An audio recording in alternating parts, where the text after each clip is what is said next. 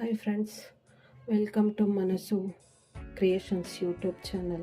ಇವತ್ತೇನು ಮಾಡೋಣ ಅಂತಂದರೆ, ಒಂದೇ ಒಂದು ಸೋರೆಕಾಯಿ ಇದೆ ನೋಡಿ. ಸೊ ಇದನ್ನು ಯೂಸ್ ಮಾಡಿ ಯಾವ ಸಾರು ಮಾಡ್ಬೋದು ಅಂತ ಹೇಳ್ತೀನಿ. ಏನಪ್ಪ ಅಂತಂದರೆ ತುಂಬ ಈಸಿ ಆಗೋವಂಥದ್ದು, ಕಡಿಮೆ ಇಂಗ್ರೀಡಿಯೆಂಟ್ಸು, ಬೇಗನೆ ಆಗುತ್ತೆ. ಮಜ್ಜಿಗೆ ಹುಳಿ ಅಂತ. ಸೊ ಮಜ್ಜಿಗೆ ಹುಳಿಗೆ ಸೋರೆಕಾಯಿ ಹಾಕಿದ್ರೆ ತುಂಬ ರುಚಿಯಾಗಿರುತ್ತೆ. ಸೊ ಬನ್ನಿ ನೋಡೋಣ ಹೇಗೆ ಮಾಡೋದು ಅಂತ. ಫಸ್ಟಿಗೆ ಇದು ಕಟ್ ಮಾಡ್ಕೊಳ್ಳೋಣ. ಸಣ್ಣ ಸಣ್ಣ ಹೋಳುಗಳಾಗಿ ಕಟ್ ಮಾಡ್ಕೋಬೇಕು. ಎಳೆದಿದ್ರೆ ಇನ್ನೂ ತುಂಬ ಚೆನ್ನಾಗಿರುತ್ತೆ. ಇದು ಎಳೆದಿದೆ ಪರವಾಗಿಲ್ಲ. ತುಂಬ ಬಲ್ತಿರೋದು ತೊಗೊಬೇಡಿ, ಎಳೆದಿರೋದು ತೊಗೊಳ್ಳಿ, ಚೆನ್ನಾಗಿರುತ್ತೆ ನೋಡಿ. ಈ ಥರ ಕಟ್ ಮಾಡಿಕೊಂಡು ಒಳಗೆ ಸ್ವಲ್ಪ ಬೀಜ ಇರುತ್ತೆ, ಸ್ವಲ್ಪ ಪಾಟಕ್ಕೆ ತೆಕ್ಕೊಳ್ಳೋಣ ಅದನ್ನು.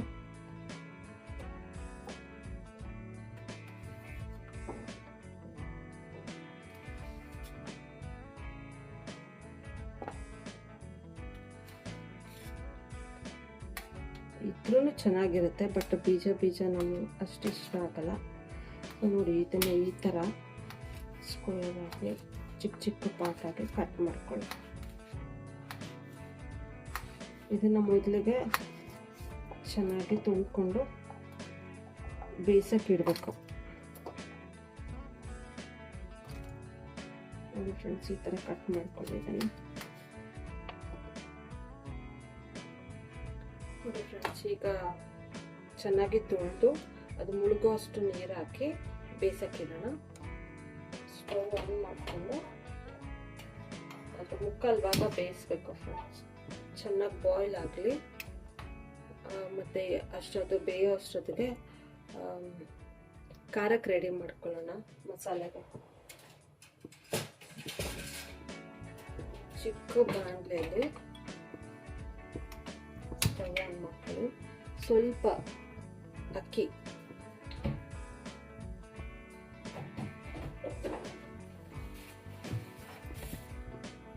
ಸ್ವಲ್ಪ ಹಾಕೊಳ್ಳೋಣ. ಒಂದು 2 ಸ್ಪೂನ್ ಹಾಕ್ಕೊಳ್ಳಿ ಫ್ರೆಂಡ್ಸ್. 1.5 ಇಂದ 2 ಸ್ಪೂನ್ ಹಾಕ್ಕೊಳ್ಳಿ, ಸಾಕಾಗುತ್ತೆ.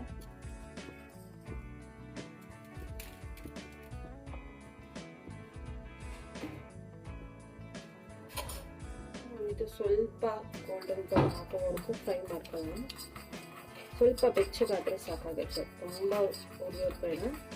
ಸ್ವಲ್ಪ ಫ್ರೈ ಮಾಡ್ಕೊಳ್ಳೋಣ. ಈ ಅಕ್ಕಿ ಹಾಕೋದ್ರಿಂದ ಮಜ್ಜಿಗೆ ಹುಳಿಗೆ ಸಾರು ಸ್ವಲ್ಪ ಮಂದ ಬರಲಿ ಅಂತ.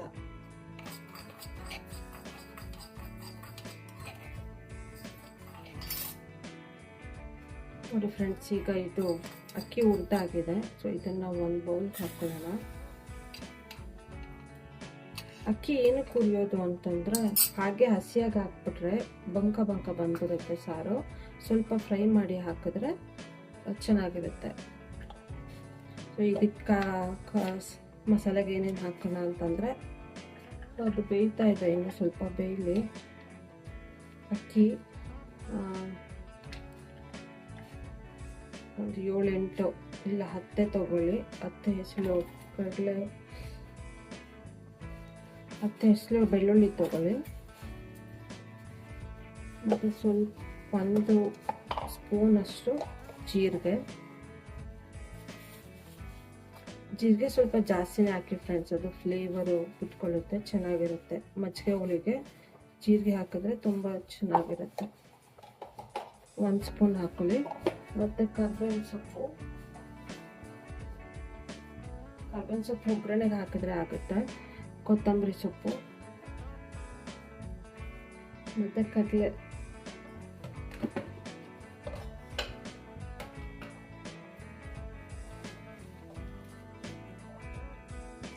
ಒಂದು ಮೆಣಸಿನ್ಕಾಯಿ, ಒಂದು 5ರಿಂದ 6 ಹಾಕಿ. ಸೊ ಇದೆಲ್ಲ ಹಾಕಿದಾದ್ಮೇಲೆ ಸ್ವಲ್ಪ ಹೊತ್ತು ನೀರಲ್ಲಿ ನೆನೆಸಿ ಇಡಬೇಕು ಇದನ್ನು, ಯಾಕಂದರೆ ಅಕ್ಕಿ ಸ್ವಲ್ಪ ಸೋಕಾಗಬೇಕು. ಸೊ ಸೋಕಾಗಲಿ ಅಂತ ಅಕ್ಕಿ ಮತ್ತು ಜೀರಿಗೆ ಅದೆಲ್ಲ ಸೋಕಾಗಲಿ, ಹಾಗಾಗಿ ಸ್ವಲ್ಪ ಹೊತ್ತು ನೆನೆಸಿ ಇಟ್ಟಿರ್ತೀನಿ ಇದನ್ನು. ಅಷ್ಟೊತ್ತಿಗೆ ಬೇಯ್ತಾ ಇರುತ್ತೆ ಸೋರೆಕಾಯಿ ಬೇಯ್ತಾ ಇದೆ.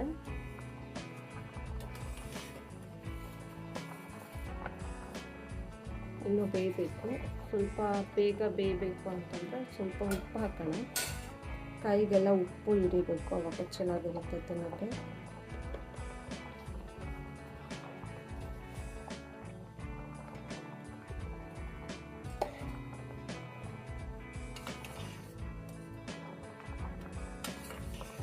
ಮುಕ್ಕಾಲು ಭಾಗ ಬೇಯಿಸ್ಕೊಳ್ಳಿ ಫ್ರೆಂಡ್ಸ್ ಇದನ್ನು.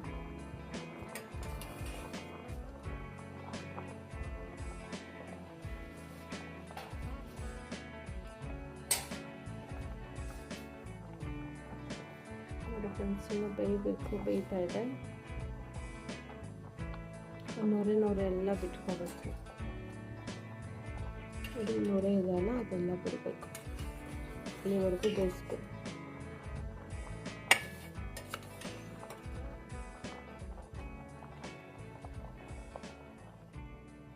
ಎಲ್ಲ ಸೋಕ್ ಆಗ್ತಾ ಇದೆ ಫ್ರೆಂಡ್ಸ್. ಆಗಲಿ ಅಕ್ಕಿ ಚೆನ್ನಾಗಿ ಸೋಕ್ ಹಾಕಬೇಕು, ಆಗ ಚೆನ್ನಾಗಿ ಗ್ರೈಂಡ್ ಆಗುತ್ತೆ.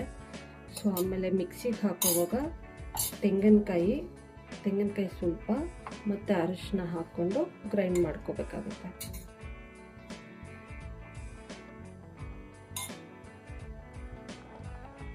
ನೋಡಿ ಫ್ರೆಂಡ್ಸ್, ಕಾಯಿ ಬೆಂದಿದೆ.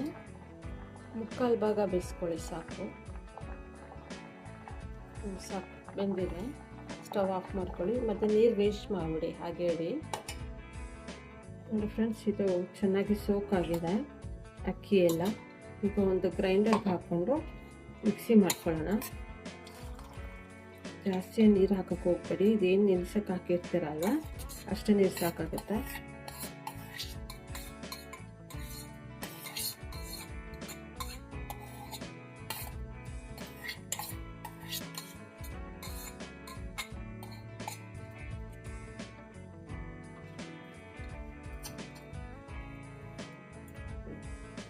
ಚಿಕ್ಕ ಜಾರ್ಗಾದರೆ ಸಾಕಾಗುತ್ತೆ, ದೊಡ್ಡ ಜಾರ್ಗಾದರೆ ಮಸಾಲೆ ಕೆಳಗಡೆನೇ ಇರುತ್ತೆ, ಗ್ರೈಂಡ್ ಮಾಡ್ಕೊಳಕ್ಕಾಗಲ್ಲ. ಚಿಕ್ಕ ಜಾರ ತಗೊಳ್ಳಿ. ಸೊ ಇದೆಲ್ಲ ಟ್ರಾನ್ಸ್ಫರ್ ಮಾಡಿದ್ದಾದ್ಮೇಲೆ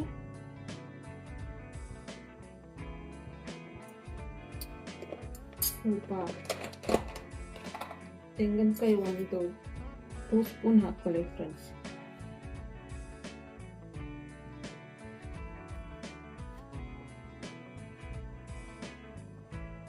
ಟೂ ಸ್ಪೂನ್ ಸಾಕಾಗುತ್ತೆ.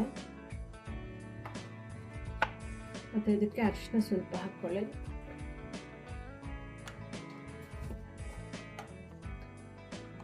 ಅರಿಶಿನ ಒಂದು 1/2 ಸ್ಪೂನ್ ಹಾಕ್ಕೊಳ್ಳಿ. ನೀರೇನು ಎಕ್ಸ್ಟ್ರಾ ಹಾಕೋದು ಬೇಡ, ನೆನ್ಸಕ್ಕೆ ಏನು ಹಾಕಿದ್ವಲ್ಲ ಅಷ್ಟೇ ಸಾಕಾಗುತ್ತೆ. ಬನ್ನಿ ಫ್ರೆಂಡ್ಸ್, ಈಗ ಇದು ಗ್ರೈಂಡ್ ಮಾಡ್ಕೊಬರೋಣ. ನೋಡಿ ಫ್ರೆಂಡ್ಸ್, ಹೀಗೆ ನುಣ್ಣಗೆ ರುಬ್ಕೋಬೇಕು ಫ್ರೆಂಡ್ಸ್. ತರಕಾರಿ ಇರಬಾರ್ದು, ನುಣ್ಣಗೆ ಪೇಸ್ಟ್ ಹಾಕಬೇಕು ಫ್ರೆಂಡ್ಸ್. ನಾನು ಈಗ ಒಗ್ಗರಣೆ ಮಾಡೋಣ. ಒಂದು ಬಾಣಲೆಗೆ ಎಣ್ಣೆ ಇಟ್ಕೊಳ್ಳೋಣ. ನೋಡಿ ಫ್ರೆಂಡ್ಸ್, ಎಣ್ಣೆ ಕಾದಿದೆ ಒಗ್ಗರಣೆಗೆ. ಸಾಸಿವೆ,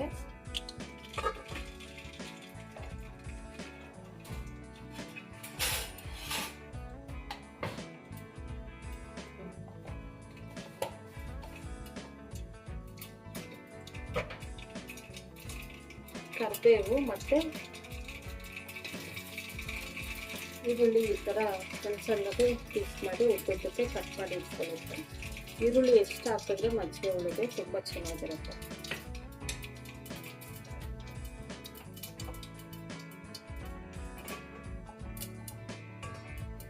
ಈಗ ಈರುಳ್ಳಿ ಹಾಕೋಣ.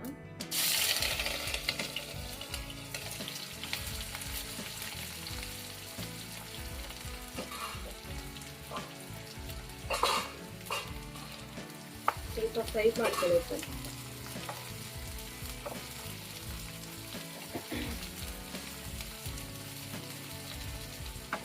ಕರಿಬೇವು,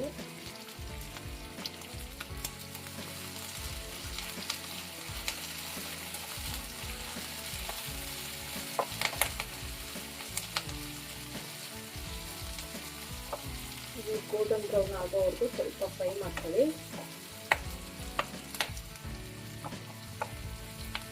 ಮುದ್ದೆಗೆ ತುಂಬ ಚೆನ್ನಾಗಿರುತ್ತೆ ಫ್ರೆಂಡ್ಸ್. ಇದು ಮಜ್ಜಿಗೆ ಹುಳಿ ಮುದ್ದೆ ಜೊತೆಲಿ ತುಂಬ ಚೆನ್ನಾಗಿರುತ್ತೆ.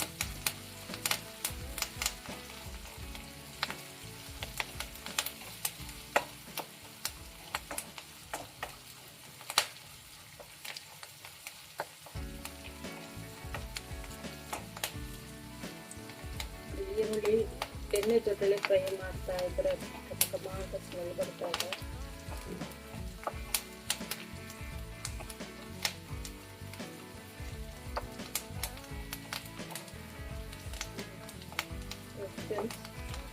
ಇದು ಇಷ್ಟು ಫ್ರೈ ಆದ್ಮೇಲೆ ಇದೇನು ಖಾರ ರುಬ್ಬಿಟ್ಕೊಂಡಿದ್ವಲ್ಲ ಇದನ್ನು ಇದರಲ್ಲಿ ಹಾಕೋಣ.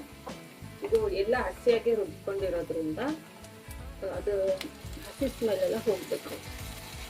ಅಲ್ಲಿವರೆಗೂ ಸಿಮ್ಮಲ್ಲಿ ಇಟ್ಕೊಳ್ತಾರೆ. ಇದನ್ನು ಆದಷ್ಟು ಸಿಮ್ಮಲ್ಲಿ ಇಟ್ಕೊಂಡು ಕುದಿಸ್ಬೇಕು, ಇಲ್ಲಾಂದರೆ ತಳ ಅಂಟ್ಬಿಡುತ್ತೆ.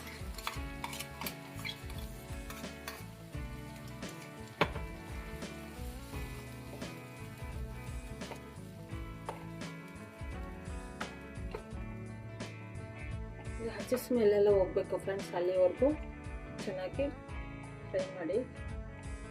ಸಿಮ್ಮಲ್ಲಿ ಆದಷ್ಟು ಸಿಮ್ಮಲ್ಲೇ ಇಟ್ಕೊಳ್ಳಿ ಫ್ರೆಂಡ್ಸ್.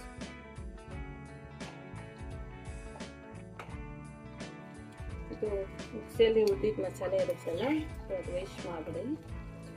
ಎಕ್ಸ್ಟ್ರಾ ಬೇರೆ ನೀರಿಗೆ ಏನು ಹಾಕೋದು ಬೇಡ. ಇದು ಕಾಯಿ ಏನು ಕುದಿಸ್ಕೊಂಡಿದ್ವಲ್ಲ, ಸೊ ಅದರದ್ದೇ ನೀರು ತಗೊಂಡ್ರೆ ಆಯಿತು. ಸೋರೆಕಾಯಿ ಬೇಯಿಸುವಾಗ ನೀರು ಹಾಕಿದ್ವಲ್ಲ, ಸೊ ಅದೇ ನೀರನ್ನ ತಗೊಂಡು ಸ್ವಲ್ಪ ಇದು ಮಾಡಿಕೊಂಡು ಹಾಕೊಳ್ಳಿ.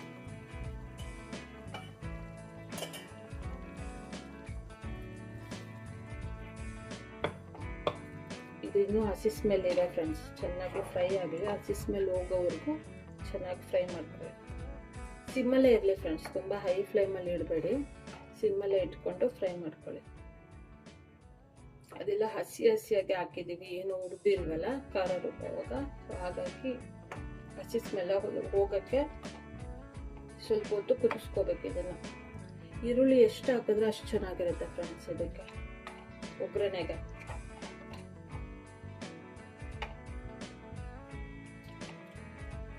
ಈಗ ಆಗಾಗ ಕೈ ಆಡಿಸ್ತಾ ಇದೆ ಫ್ರೆಂಡ್ಸ್. ಇದು ಇಲ್ಲಾಂದರೆ ತಳ ಅಂಟ್ಬಿಡುತ್ತೆ. ನಾನ್ ಸ್ಟಿಕ್ಕಲ್ಲಿ ಆದರೆ ತಳ ಅಂಟಲ್ಲ, ಬಟ್ ಆದಷ್ಟು ಲೋ ಫ್ಲೇಮಲ್ಲೇ ಇಟ್ಕೊಳ್ಳಿ.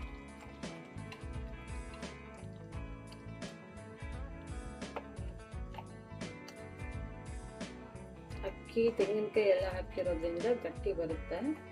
ಸೊ ನೀವು ಗಟ್ಟಿ ಅನಿಸ್ತು ಅಂತಂದರೆ ಅದು ಸೋರೆಕಾಯಿ ಬೇಯಿಸಿರೋ ನೀರು ಇರುತ್ತಲ್ವ, ಸೋರೆಕಾಯಿದು ನೀರು, ಅದೇ ನೀರನ್ನ ಸ್ವಲ್ಪ ಮಿಕ್ಸ್ ಮಾಡ್ಕೊಳ್ಳಿ. ಎಕ್ಸ್ಟ್ರಾ ಇನ್ನೇನು ನೀರು ಹಾಕ್ಬೇಡಿ ಫ್ರೆಂಡ್ಸ್. ಸೋರೆಕಾಯಿ ನೀರನ್ನೇ ಹಾಕಿ, ಅದು ಬೆಂದಿರೋ ನೀರೇ ಹಾಕಿ, ಬೇರೆ ಹಾಕ್ಬೇಡಿ.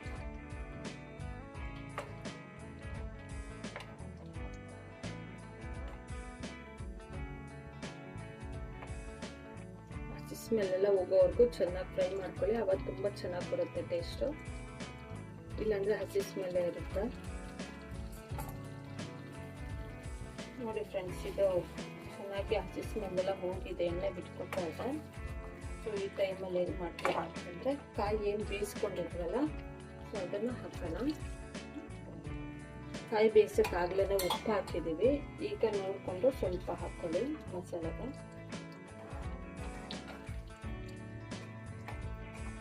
ಎಲ್ಲನೂ ಮಿಕ್ಸ್ ಮಾಡಿ ಚೆನ್ನಾಗಿ. ಉಪ್ಪು ಖಾರ ಎಲ್ಲ ಚೆನ್ನಾಗಿ ಹಿಡಿಬೇಕು ಕಾಯಿಗೆ. ಒಂದು 2-3 ಮಿನಿಟ್ಸ್ ಹಾಗೆ ಸ್ವಲ್ಪ ಕುದಿಸ್ಕೊಳ್ಳಿ. ಸ್ವಲ್ಪ ಗಟ್ಟಿ ಆಯಿತು ಅಂತ ಅನಿಸಿದ್ರೆ ಅದು ಕಾಯಿ ಬೇಯಿಸಿರೋ ನೀರು ಇತ್ತಲ್ವ, ಸೊ ಅದೇ ನೀರನ್ನ ಸ್ವಲ್ಪ ಹಾಕ್ಕೊಳ್ಳೋಣ.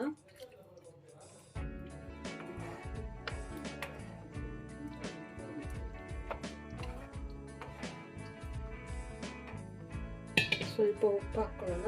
ಆಗಲೇ ಕಾಯಿಗೆ ಸ್ವಲ್ಪ ಹಾಕಿದ್ದೀವಿ ಬೇಯಿಸೋಕ್ಕೆ, ಸೊ ಈಗ ಸ್ವಲ್ಪ ಹಾಕ್ಕೊಳ್ಳೋಣ.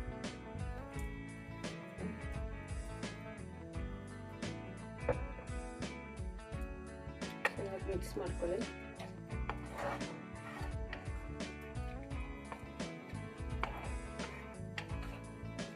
ಈಗ ಸ್ವಲ್ಪ ಹೈ ಫ್ಲೇಮಲ್ಲಿ ಇಟ್ಕೊಳ್ಳಿ ಫ್ರೆಂಡ್ಸ್.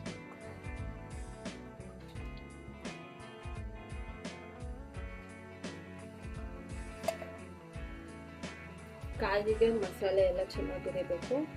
ಅಲ್ಲಿವರೆಗೂ ಒಂದು 1 ನಿಮಿಷ 2 ನಿಮಿಷ ಹಾಗೆ ಸಿಮ್ಮಲ್ಲಿ ಇಟ್ಬೇಕು. ಹಸಿ ಸ್ಮೆಲ್ಲು ಹೋಗಿದೆ, ಮತ್ತು ಕಾಯಿನೂ ಚೆನ್ನಾಗಿ ಉಪ್ಪು ಖಾರ ಎಲ್ಲ ಹಿಡಿದಿದೆ. ಸೊ ಈ ಟೈಮಲ್ಲಿ ಫ್ಲೇಮ್ನ ಆಫ್ ಮಾಡ್ಕೊಳ್ಳಿ. ಸೊ ತುಂಬ ನೀರಾಗಿ ಹೋಗಬೇಡ, ತುಂಬ ಗಟ್ಟಿನೂ ಬೇಡ. ಈ ಹದಕ್ಕಿದ್ರೆ ಸಾಕು. ಸೊ ಇದನ್ನು ಚೆನ್ನಾಗಿ ಆರಕ್ಕೆ ಬಿಡೋಣ. ಆರಿದ್ಮೇಲೆ ಮೊಸರನ್ನ ಬೀಟ್ ಮಾಡಿ ಇಟ್ಕೋಬೇಕು, ಮತ್ತು ಆಮೇಲೆ ಅದನ್ನು ಮಿಕ್ಸ್ ಮಾಡಬೇಕು. ನಾನು ತೋರಿಸ್ತೀನಿ ಆಮೇಲೆ. ಅದು ಸ್ವಲ್ಪ ಇದೆಲ್ಲ ಆರಲಿ ಇದೆಲ್ಲ ಚೆನ್ನಾಗಿ. ಫ್ರೆಂಡ್ಸ್, ಈಗ ಚೆನ್ನಾಗಿ ಮೊಸರನ್ನ ಬೀಟ್ ಮಾಡಿ ಅದಕ್ಕೆ ತೊಗೊಬನ್ನಿ. ತುಂಬ ನೀರು ಬೇಡ, ತುಂಬ ಗಟ್ಟಿನೂ ಬೇಡ, ಈ ಥರ ಇದ್ದರೆ ಸಾಕಾಗುತ್ತೆ. ಸೊ ಈಗ ಏನದು ಆರಿದೆ ಅಲ್ವಾ ಮಸಾಲೆ, ಬಿಸಿ ಇರುವಾಗ ಹಾಕಬಾರ್ದು, ಆರಿದ್ಮೇಲೆ ಹಾಕಬೇಕು. ಸೊ ಇವಾಗ ಇದಕ್ಕೆ ಈ ಮಸಾಲೆಗೆ ಮೊಸರನ್ನ ಮಿಕ್ಸ್ ಮಾಡ್ಕೊಳ್ಳೋಣ. ನೋಡ್ಕೊಂಡು ಹಾಕ್ಕೊಳ್ಳಿ ಎಷ್ಟು ಬೇಕೋ ಅಷ್ಟು. ಮುದ್ದೆಗೆ ತುಂಬ ಚೆನ್ನಾಗಿರುತ್ತೆ ಫ್ರೆಂಡ್ಸ್, ರೈಸ್ಗೂ ಚೆನ್ನಾಗಿರುತ್ತೆ. ಸೊ ಮತ್ತು ಮೊಸರನ್ನ ಬಿಸಿ ಇರುವಾಗ ಹಾಕ್ಬೇಡಿ, ಅದು ಇದು ಫುಲ್ಲು ಆರಿದ್ಮೇಲೆ ಮಸಾಲೆ ಆಮೇಲೆ ಹಾಕಿ. ನೋಡ್ಕೊಂಡು ಹಾಕ್ಕೊಳ್ಳಿ, ತುಂಬ ಜಾಸ್ತಿನೂ ಬೇಡ.